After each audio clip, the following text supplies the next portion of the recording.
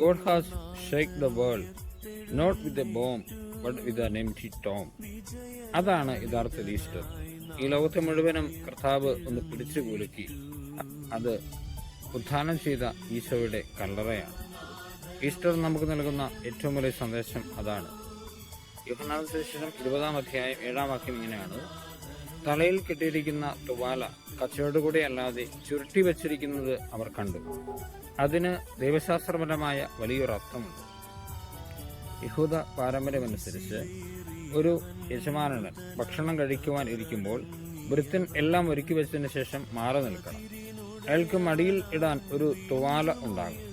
യജമാനൻ ഭക്ഷണം കഴിച്ചതിന് ശേഷം ഈ തുവാല വെറുതെ നിലത്തിട്ടാൽ അതിനർത്ഥം ഞാൻ ഭക്ഷിച്ചു കഴിഞ്ഞിരിക്കുന്നു, ഞാൻ പോവുകയാണ്, ഇനി തിരിച്ചു വരികയില്ല, നിനക്ക് ഭക്ഷണം കഴിക്കാം എന്നാണ് പറയുന്നത്. അതേസമയം തുവാല മടക്കി ചുരുട്ടിയിടുകയാണെങ്കിൽ അതിനർത്ഥം ഞാൻ ഭക്ഷണം കഴിഞ്ഞിട്ടില്ല, ഇനിയും ഞാൻ തിരിച്ചു വരും എന്നുള്ളതാണ്.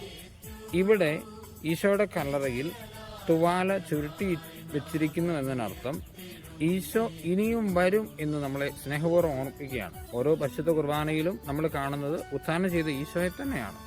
ആ ഒരു ബോധ്യം നമുക്കുണ്ടാകട്ടെ. ഈസ്റ്റർ പ്രത്യാശയുടെ ഏറ്റവും വലിയ തിരുനാൾ കൂടെയാണ്.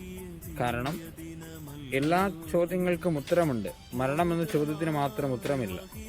മരണശേഷം എന്തായിരിക്കുമെന്ന് ആർക്കും അറിയില്ലായിരുന്നു. പക്ഷേ ഈശോ കാണിച്ചു തന്നു, മരണമെന്ന ചോദ്യത്തിന് ഉത്തരമുണ്ട്, മരണശേഷം ഉത്ഥാനമുണ്ട്, നമുക്ക് വേണ്ടി സ്വർഗം കാത്തിരിക്കുന്നുണ്ട്. ആ ബോധ്യം നമുക്കുണ്ടാകട്ടെ.